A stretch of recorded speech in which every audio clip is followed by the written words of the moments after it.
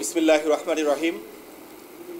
Patuakhali welfare ফাউন্ডেশনের উদ্যোগে আয়োজিত আজকের এই সংবাদ সম্মেলনে উপস্থিত পটুয়াখালী ওয়েলফেয়ার ফাউন্ডেশনের সম্মানিত ভাইস চেয়ারম্যান, সাবেক ছাত্রনেতা জনাব রফিকুল ইসলাম বসার, ভাইস চেয়ারম্যান জনাব গাজী শাহাবুদ্দিন স্বপন, পটুয়াখালী স্টুডেন্ট ওয়েলফেয়ার অ্যাসোসিয়েশনের চেয়ারম্যান জনাব রাকিবুল ইসলাম নূর এবং পটুয়াখালী ওয়েলফেয়ার ফাউন্ডেশনের অন্যান্য নেতৃবৃন্দ, পটুয়াখালীর সম্মানিত সাংবাদিক মণ্ডলী, আসসালামু আলাইকুম ওয়া রাহমাতুল্লাহি ওয়া বারাকাতুহু। আমরা আজকের সাংবাদিক সম্মেলনে আমাদের আহ্বানে সাড়া দেওয়ার জন্য আপনাদের প্রতি আমাদের হৃদয়ের অন্তঃস্থল থেকে ধন্যবাদ এবং কৃতজ্ঞতা জানিয়ে আমাদের আনুষ্ঠানিকভাবে সাংবাদিক সম্মেলন আমরা শুরু করছি। ভাঙ্গা কুয়াকাটা 6 লেন মহাসড়ক নির্মাণ প্রকল্প দ্রুত বাস্তবায়নের দাবিতে কর্মসূচি ঘোষণা। সম্মানিত সাংবাদিক বন্ধুগণ, আসসালামু আলাইকুম। আপনাদের সবাইকে জানাই আন্তরিক শুভেচ্ছা ও ধন্যবাদ আমাদের আজকের সংবাদ সম্মেলনে সময় নিয়ে উপস্থিত থাকার জন্য। আজ আমরা এসেছি দক্ষিণাঞ্চলের মানুষের দীর্ঘদিনের এক প্রাণের দাবিকে সামনে নিয়ে ভাঙ্গা থেকে কুয়াকাটা পর্যন্ত 6 লেন বিশিষ্ট নিরাপদ মহাসড়ক নির্মাণ প্রকল্পের দ্রুত বাস্তবায়নের দাবি জানাতে। প্রিয় সাংবাদিক মণ্ডলী, পদ্মা সেতু চালুর পর দক্ষিণাঞ্চল জুড়ে যেভাবে পর্যটন, শিল্প, বাণিজ্যের সম্ভাবনার দুয়ার খুলে গেছে তা আমাদের প্রত্যাশার চেয়েও বহুগুণ বেশি। কিন্তু সেই সম্ভাবনার অন্যতম প্রধান অন্তরায় হয়ে দাঁড়িয়েছে বর্তমানে ঝুঁকিপূর্ণ, সরু, জরাজীর্ণ ভাঙ্গা কুয়াকাটা মহাসড়ক। প্রতিদিন হাজারো যানবাহন এই মহাসড়ক দিয়ে চলাচল করলেও এর বর্তমান অবস্থা ভয়াবহ। প্রতিনিয়ত দুর্ঘটনার হার বেড়েই চলেছে। পদ্মা সেতু চালু হওয়ার পরেও এ পর্যন্ত কয়েক হাজার নাগরিক নিহত, আহত, মৃত্যুবরণ করেছে। দক্ষিণাঞ্চলবাসীর জনজীবন আজ দুর্বিষহ হয়ে উঠেছে।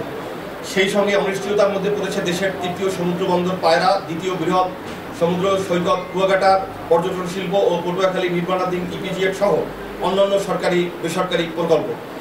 সরকারের হাজার হাজার কোটি টাকার এই প্রকল্পগুলোর সম্ভাবনা ভেস্তে যাচ্ছে কেবল আমাদের এই মহাসড়কের জন্য। আপনাদের সদয় অবগতির জন্য জানাচ্ছি, 2018 সালের 11 অক্টোবর জাতীয় অর্থনৈতিক পরিষদের নির্বাহী কমিটি একনেক সভায় অনুমোদিত হওয়ার পরে ভাঙ্গা কুয়াকাটা মহাসড়ক 6 লেনের উন্নীতকরণের প্রকল্প অনুমোদন হয়। প্রকল্পটির আওতায় ভাঙ্গা থেকে লেবুখালী সেনানিবাস পর্যন্ত 6 লেন, লেবুখালী থেকে পায়রা বন্দর পর্যন্ত 4 লেন, পায়রা বন্দর থেকে কুয়াকাটা পর্যন্ত 36 ফুট প্রশস্ত সড়ক ছিল। এই প্রকল্পের ব্যয় ধরা হয়েছিল 1867 কোটি টাকা, যা বর্তমানে বেড়ে দাঁড়িয়েছে 5899 কোটি টাকা। অর্থাৎ প্রায় ব্যয় বাড়ানো হয়েছে 216%। কিন্তু বাস্তবতা হলো অনুমোদনের 7 বছর পরেও প্রকল্পটির কোনো অগ্রগতি, দৃশ্যমান অগ্রগতি নেই। 4 দফায় মেয়াদ বাড়ানোর পরেও এখনও নির্মাণ কাজ শুরু হয়নি। ফলে জনমনে প্রকল্প বাতিলের গুজব, উদ্বেগ ও ক্ষোভ সবই বেড়েছে। এই বাস্তবতা থেকে আমরা এই প্রকল্প দ্রুত বাস্তবায়নের জন্য নিম্নোক্ত দাবিতে আন্দোলন শুরু করছি। প্রকল্পের অর্থায়ন প্রক্রিয়া দ্রুত চূড়ান্ত করে অবিলম্বে নির্মাণ কাজ শুরু করতে হবে। সকল ধাপের কার্যক্রম স্থানীয় জনগণের স্বার্থ ও নিরাপত্তা নিশ্চিত করতে হবে। প্রকল্প বাস্তবায়নের স্বচ্ছতা, জবাবদিহিতা নিশ্চিত করতে হবে। প্রকল্পের নিয়মিত অগ্রগতি সংবাদ সম্মেলনের মাধ্যমে জনসম্পর্ক উপস্থাপন করতে হবে। এই দাবি সামনে রেখে আমরা ঘোষণা করছি আমাদের পক্ষ থেকে ধারাবাহিক কর্মসূচি। আগামীকাল 26 এপ্রিল থেকে 2 মে সর্বস্তরের সম্মানিত নাগরিকদের সাথে গণসংযোগ কর্মসূচি। আগামী শুক্রবার 2 মে বাদ জুমা ঢাকা কুয়াকাটা মহাসড়কে পটুয়াখালী সর্বস্তরের নাগরিকদের সাথে নিয়ে মানববন্ধন ও অবস্থান কর্মসূচি। 5ই মে সোমবার অন্তর্বর্তীকালীন সরকারের মাননীয় সড়ক পরিবহন ও সেতু মন্ত্রণালয়ে সরাসরি উপদেষ্টার কাছে স্মারকলিপি প্রদান ও আলটিমেটাম প্রদান। দ্রুত সময়ের মধ্যে দাবি আদায় না হলে পরবর্তীতে ঢাকা কুয়াকাটা মহাসড়কের বিভিন্ন পয়েন্টে ধারাবাহিক গণ অবস্থান কর্মসূচি চলমান থাকবে। দক্ষিণাঞ্চলের সম্ভাবনাকে বাঁচাতে হলে এই মহাসড়কে নিরাপদ ও যুগোপযোগী করতেই হবে।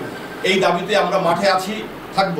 সম্মানিত সাংবাদিক বন্ধুগণ, আমাদের আজকের প্রধান দাবি ও কর্মসূচি ঘোষণার পাশাপাশি আপনাদের মাধ্যমে সংশ্লিষ্ট কর্তৃপক্ষের কাছে কয়েকটি জনগুরুত্বপূর্ণ বিষয়ে পটুয়াখালীবাসীর পক্ষ থেকে দৃষ্টি আকর্ষণ করছি ও সুনির্দিষ্ট দাবি জানাচ্ছি। আমাদের বড় চৌরাস্তা থেকে মির্জাগঞ্জ পর্যন্ত হাইওয়ে সড়কের অত্যন্ত বেহাল দশা। অনতিবিলম্বে এই সড়কের টেন্ডার আহ্বান করতে হবে।